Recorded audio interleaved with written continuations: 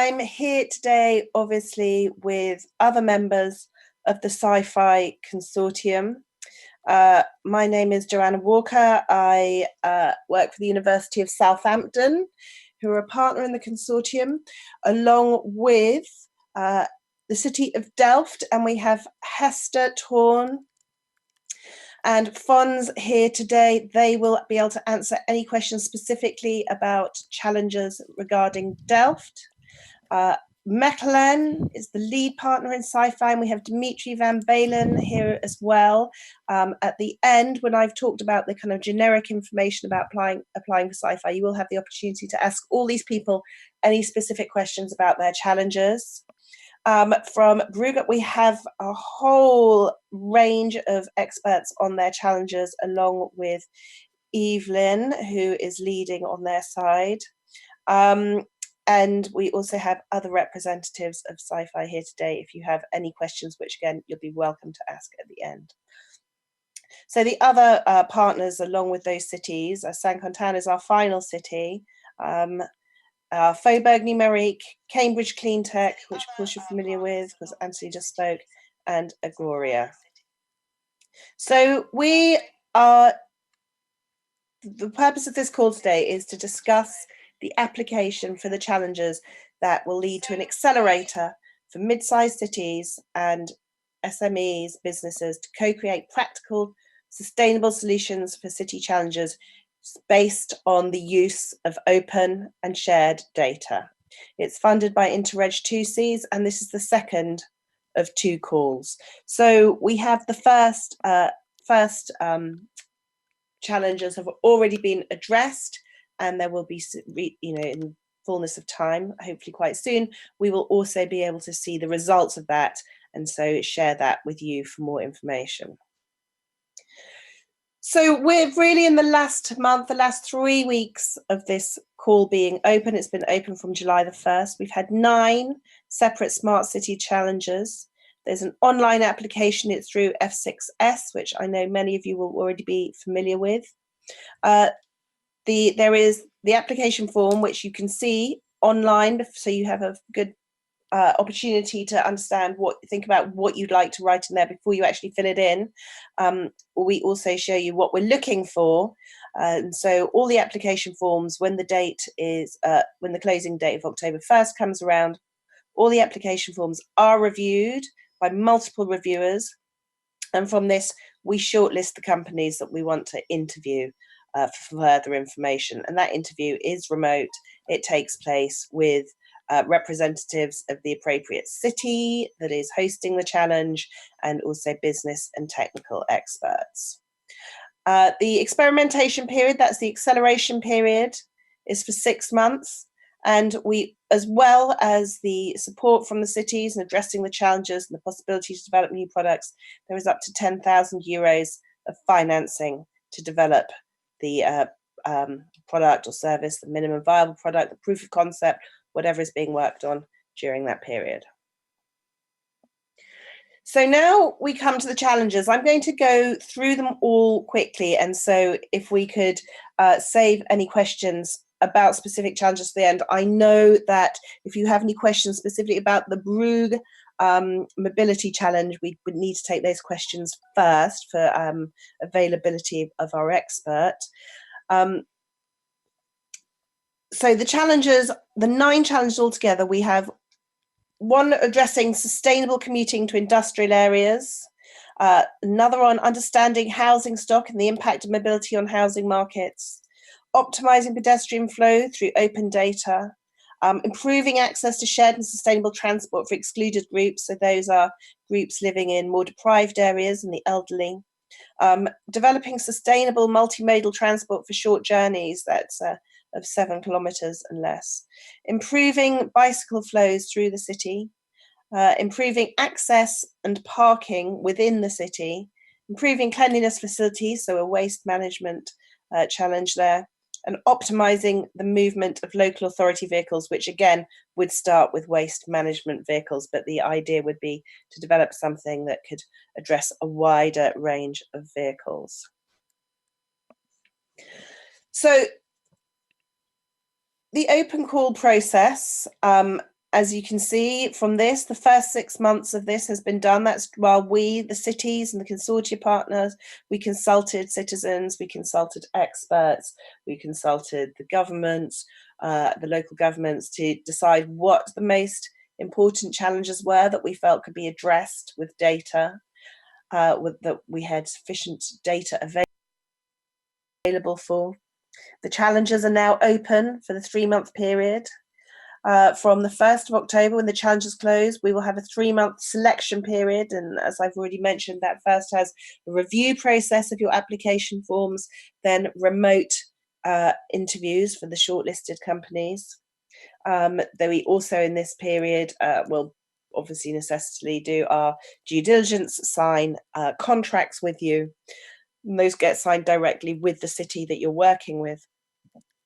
6 months of experimentation in the accelerator, and then at the end of that 6 months, there are opportunities to scale, to be procured by cities within Sci-Fi and also other cities. And we offer a lot of support in helping ensure that both your work addresses the challenges of the cities, but also, there is more benefit, more about working with mid-sized cities on these kinds of challenges and have a wider potential customer base to go out to.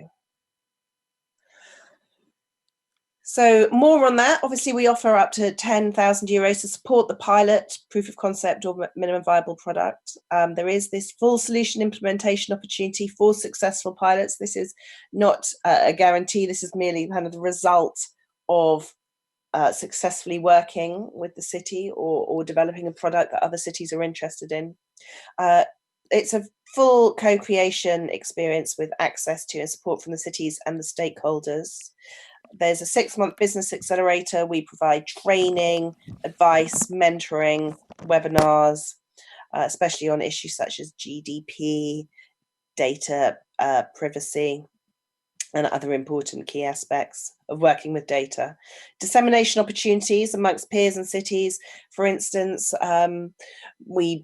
the cities will go to various smart city conferences and have stands at which cities, SMEs they're working with are welcome to participate.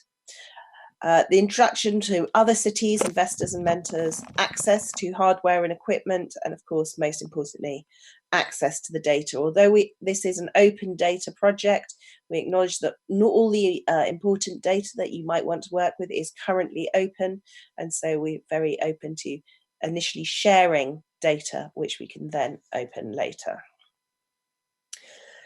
So the funding is specifically for prototyping your solution to a Sci-Fi challenge. In the budget, we can cover salaries, travels, consumables, subcontracting, and indirect expenses. We prefer that it's not entirely just the CEO's salary. It needs to show that what is being paid for is directly relevant to what's being worked on. So your overall budget, obviously for the project, can be higher, but we only finance up to 10,000 of that. And if your budget is lower than €10,000, we finance the amount you need. If you require hardware, then the city will purchase that in close contact with you, and that will remain the belongings of the city. So what are the eligibility criteria? It's really important that you go and look for more details at the guide for applicants, which is at smartcityinnovation.eu/apply. But essentially, you need to be a legal entity. So you can be a startup, student, a company, but it must be an existing legal entity. We are funding with taxpayers' money here, and we need to do our best due diligence on this. You need to be established in a current EU 28 country or in a Horizon 2020 associated country. We ask for no consortia. If you are bringing together a consortia, you then also have to be established as a single legal entity, and the company must be incorporated when we sign the contract. It means you don't necessarily need to do it now, but by the time the contract is signed in December, you do need to be incorporated. So these are obviously some things you can do next. Email us, follow us on Twitter, but I really, really want to go to individual questions about the challenges. So I'm just going to go back to that page, and I'm going to hand back over to Anthony now to moderate the questions. Feel free also to ask me any questions you want, or the cities individually, because I think he can see who's asking questions. Thank you. Thank you, Joanna.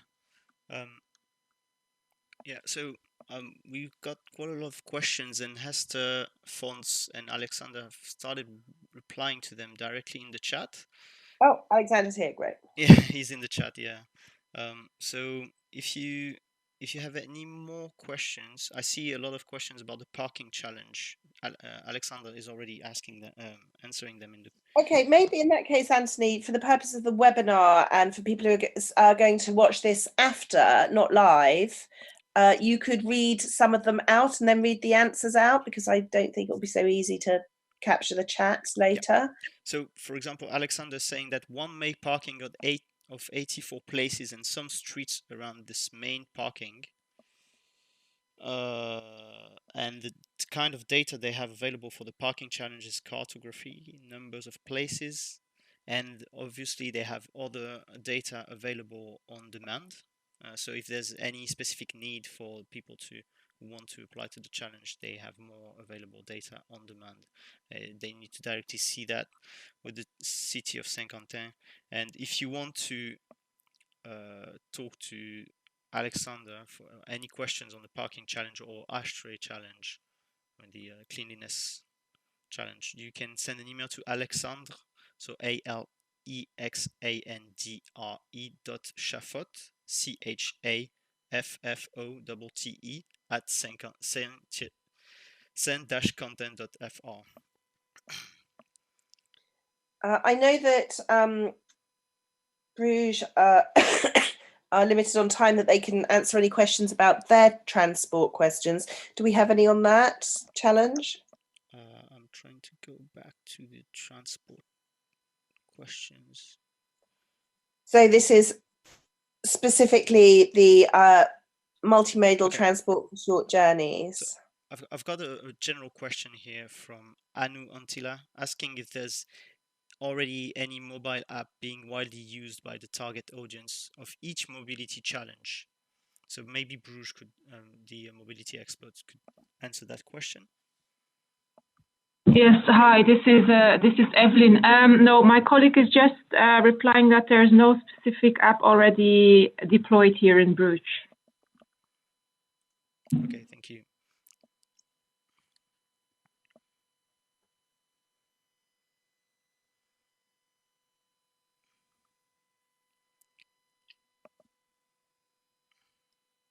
Okay, any more questions? It doesn't need to be through the chat. I think actually I did. I may be wrong. It does need to be through. Okay, so I've got a question for Bruce here. A dataset available soon is specific biking measures. Can you please describe what is in that dataset?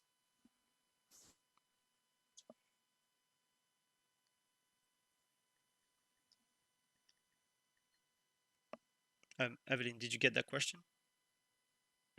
Yes, I was just talking to my colleague. Our expert is not present here, so I cannot reply to that. But I can contact you later to let you know what that that would mean.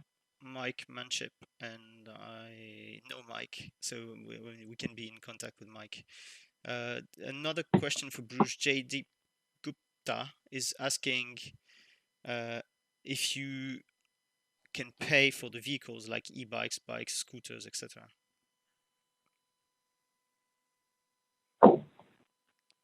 That depends on what do they mean with that? What do we have to pay for the vehicles? You mean the people that are biking or cycling?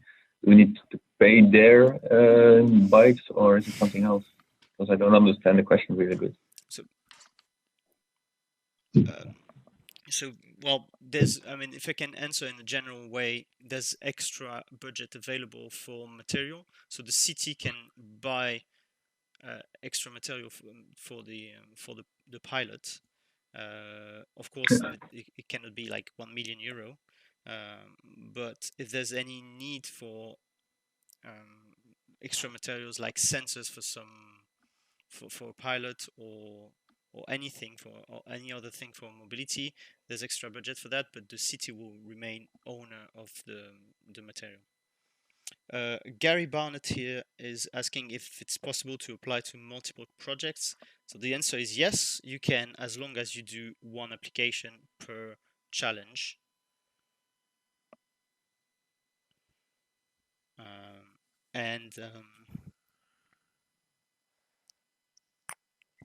Dr. Kanthan is asking if, regarding multimodal transport, who owns IPR on the MVP to be delivered, especially if funded with 10k euro?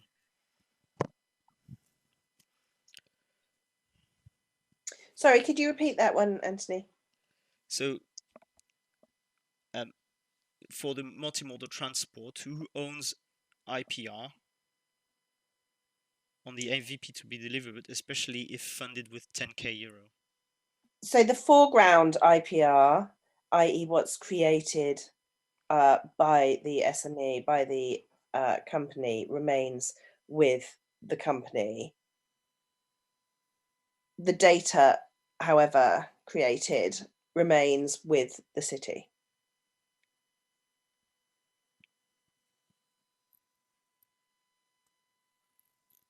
So the company is basically then able to take the proof of concept and use it elsewhere, which would not be possible if we retained all the IPR.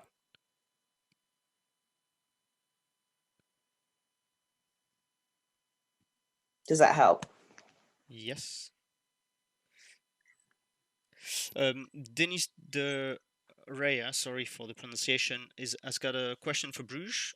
Are there already some city bikes operational or startups with electrical steps, for example? We don't have any electrical steps. The mayor decided that we don't allow the steps in the sharing services. We do have the blue bike system, and it's on the railway, or next to the railway station. We do have those, and they will be expanded. And I saw the question from Jaideep then. So as to implement a sharing service for under 7 mile middle transport, it's not the purpose of this call to buy or to start a sharing service. So we don't have we don't have the amount of money to implement that in this project.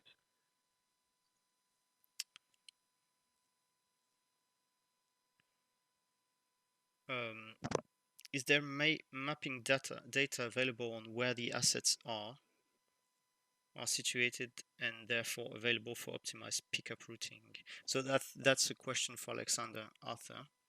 Alexander will answer you in the chat. Hi, Lode Nullens from Bruges here. Normally the data is available on GIS, so the location and a lot of metadata will be available for the entrance.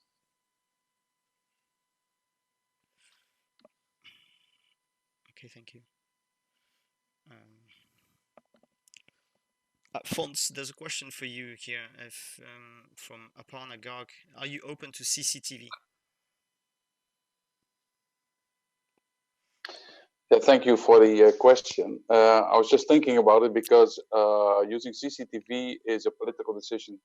So I don't think we can actually manage such a thing in the pilot of 6 months for next year. Okay, thanks. That's a clear answer. Is there any other questions for any challenge, especially for the multimodal transport, as the transport expert from Bruges has to leave in very shortly?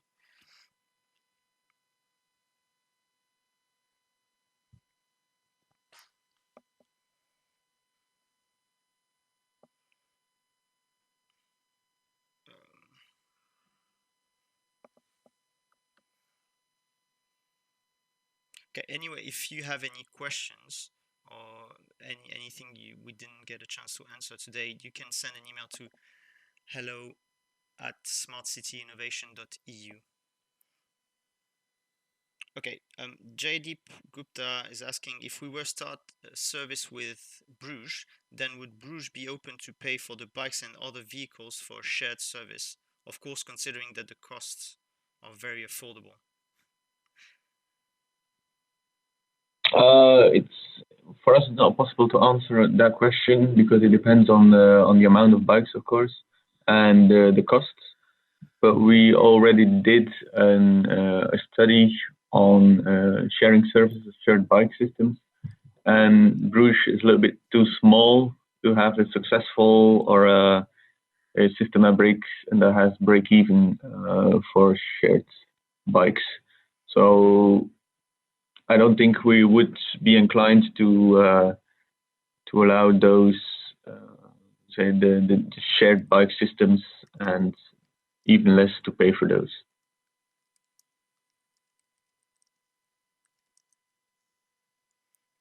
Thank you.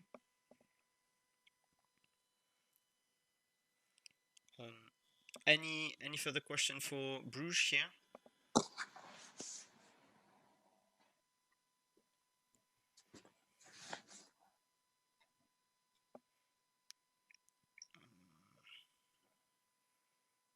Okay, I think there's no further question for Bruges here. Any question for Mechelen with the shared mobility, the access to shared mobility? All the sustainable commuting in industrial areas. Yes, thank you.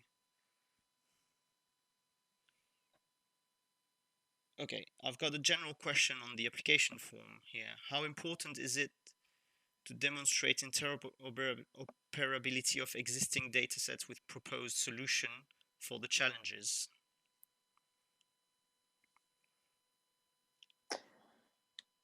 Well, when it comes to any part of the application form, it's a bit like one of these talent shows on TV. If you don't get through the first round, you can't possibly get to the next one.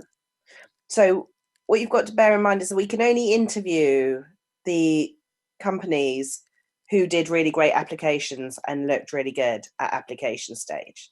We unfortunately can't, if someone just writes and, dashes off an application and then just thinks, doesn't matter because I'm saving all my really, really good stuff for the interview, then the interview is most likely not going to happen. So we know what the issues with data are. They are things like interoperability and standards, data protection, security, all these issues. And so and consents and how to work, especially a lot of these challenges, specifically with citizens. How is the data going to be managed? How is personal data going to be managed? How is it going to be anonymized, etc.? All these issues, put them down in the application form, because the application form is the one thing we get to see where we say, yes, this is the kind of company that we really want to work with. They're making sense. So I would say put them down. It's important. Things are obviously in a city going to need to be interoperable now and only increasingly more. So every aspect that's important of data, the more you can address in the application form, the better. Thank you, Joanna. I've got a question for Mechelen here. If Dimitri, you can answer that. Is there any data available on an existing road congestion in Mechelen?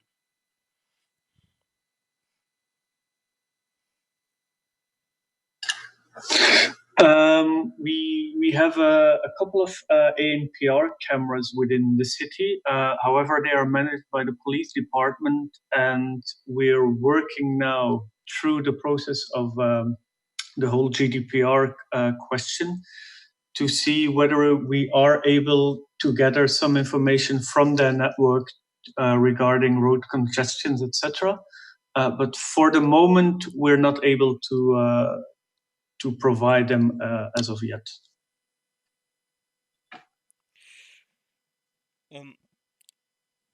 I've got an interesting question here from Anu and Tila. If there's a need to involve and engage citizens for example, to use an app, will the city handle and pay for the related marketing and PR?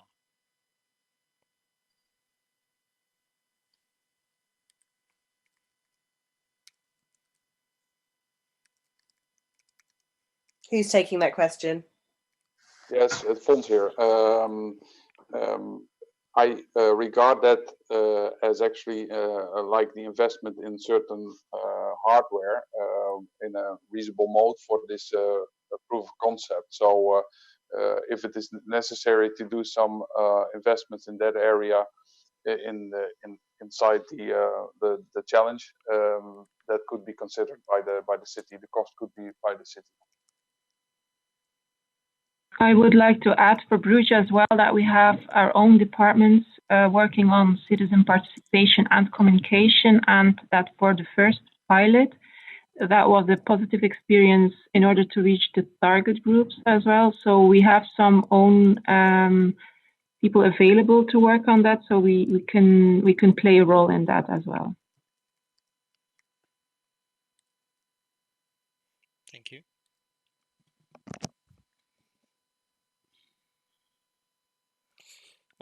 Gary Barnett is saying that data trusts could address the privacy concerns, allowing authorities to share ANPR data in an anonymized way.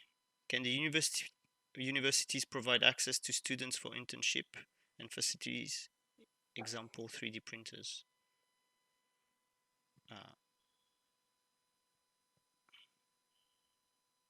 Which countries are we talking about? In the UK, you mean? Yeah, Gary, could you be a bit more precise, please?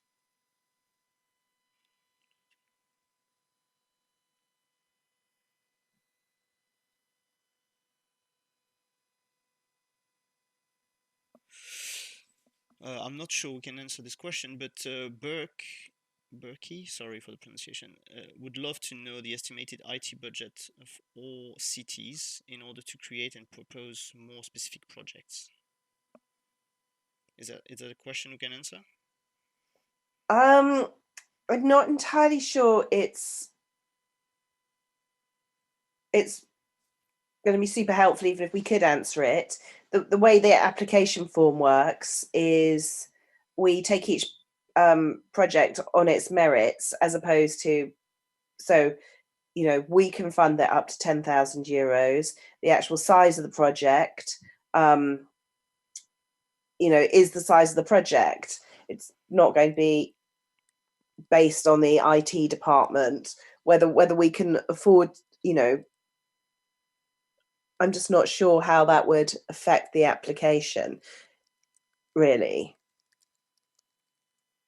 I mean, I see, there is a relevance here with people who, can Bruges. The questions about can Bruges afford, or Mechelen, are they going to buy electric vehicles? That's one thing. But, what we're looking for is presentations say this pilot stroke minimum viable product stroke proof of concept is going to cost X amount. The €10,000 will cost Y amount, and if there's any hardware in it, we anticipate it being Z amount. And at that point, the cities have sufficient information to know, yes, that seems a reasonable budget. Yes, we're getting to what we need at that point. And yes, okay, that fits with a potential hardware budget that we might have for this project. But that's really the information, that's sufficient information for us. And I don't think we want applications built specifically to our full IT budgets, because they cover all kinds of things. Thank you, Joanna. Aparna is asking Mechelen if they would be open to install CCTV with anonymized data if existing dataset can't be used. Well, to be honest, Mechelen is already quite fully provided with CCTV cameras and ANPR cameras, but all of them are hosted by the police department. So I don't think we're looking at installing extra cameras specific for the mobility challenges, as that would be another third or fourth camera to be hanged in the same area. So I don't think that would be an option. There would be an option, however, if there is an application or a project or a minimum viable product that would use existing CCTV data, but then we need to address the privacy issue. And I saw a remark from one of the viewers saying, well, with data trust, it is possible to get anonymized data between authorities. But the specific situation in Belgium states that it's very difficult to get data out of the police department networks towards the other authorities. So that's an extra step to take into account above the whole GDPR regulation. I would also just add to that, yeah, unless the two things, one of which, unless the data is natively GDPR compliant, so i.e. at the point of collection, I think it would be a challenge, as Dimitri said, because of the Belgian rules, but also because data trusts actually take a long time to set up. And I'm not entirely sure that we could set one up in the 3 months between this. That isn't sufficient time to set one up between, the closing of this and the opening of the actual accelerator. And it's really important that, applicants, that SMEs get the data as soon as possible so they can start working on something, because 6 months is not a huge amount of time. And what I think we'd end up doing is spending that whole 6 months setting up a data trust and then not actually having any time to use the data. So while I completely, I've written a lot of papers extolling the virtues of data trusts, what I've also done is written a lot of papers explaining they take a while to set up. And I don't think in this particular situation, we have the time to do that. Thank you. Gary Barnett has specified this question. Okay, great. He said that it was for the UK, and he's a tech startup based in Tottenham, so you must know it because it's. Oh yes, no, we could certainly see if we had any students who want to do an internship. That wouldn't be a problem. We can't force anyone to do internships. We can certainly promote the idea. Don't force anyone. 3D printers, I'm not sure about. I'd have to look into that. Okay. Is there any more questions for the cities, or even on the application process in general?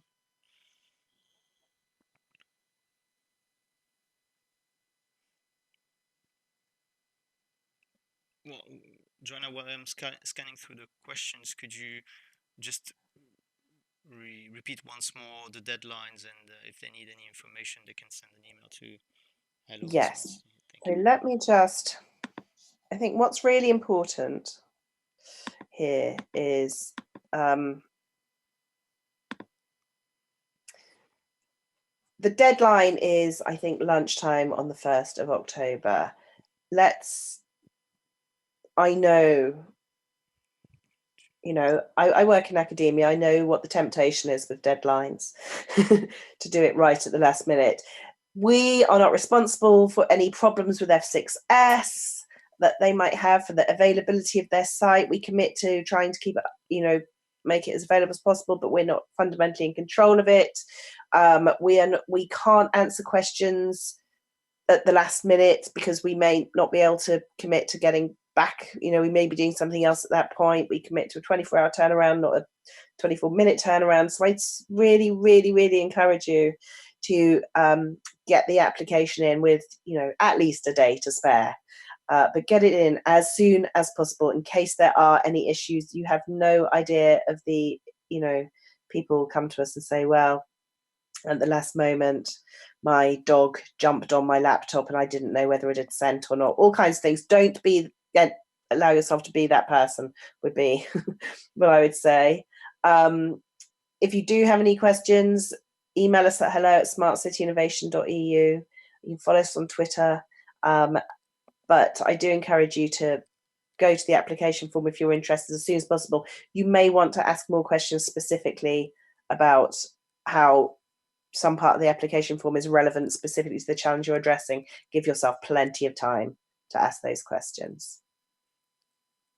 Thank you, Joanna. So we've got Sipaterop, who's got a question on 1.2 data. When you say which data set, you mean from what is already available from the relevant city? What if we need to use technology to create our own data, therefore not yet available? Yes, absolutely. We have plenty of projects existing at the moment where data collection was part of the process.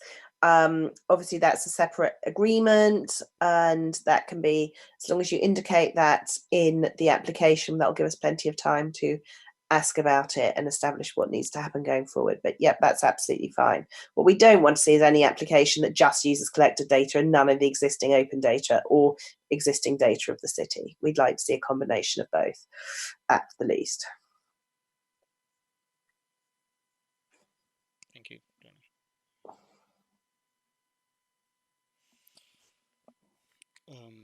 I don't see any further question. JD's got a question for Judith from Faubourg Numérique, and she will answer you in the chat. I heard someone speaking. Is there anyone who wants to add anything? No, I'll take that as a no. Okay, so if there's no more questions, I think we can close the webinar. Again, if you need anything, please send us an email at hello@smartcityinnovation.eu, and so I'll be receiving the email and rerouting all the emails to the relevant person, so you can have the answer to your question. And thank you for attending the webinar. We're looking forward to working with you next year. Indeed, yeah, we're really looking forward to see your applications and the great innovations you've got to offer to the cities.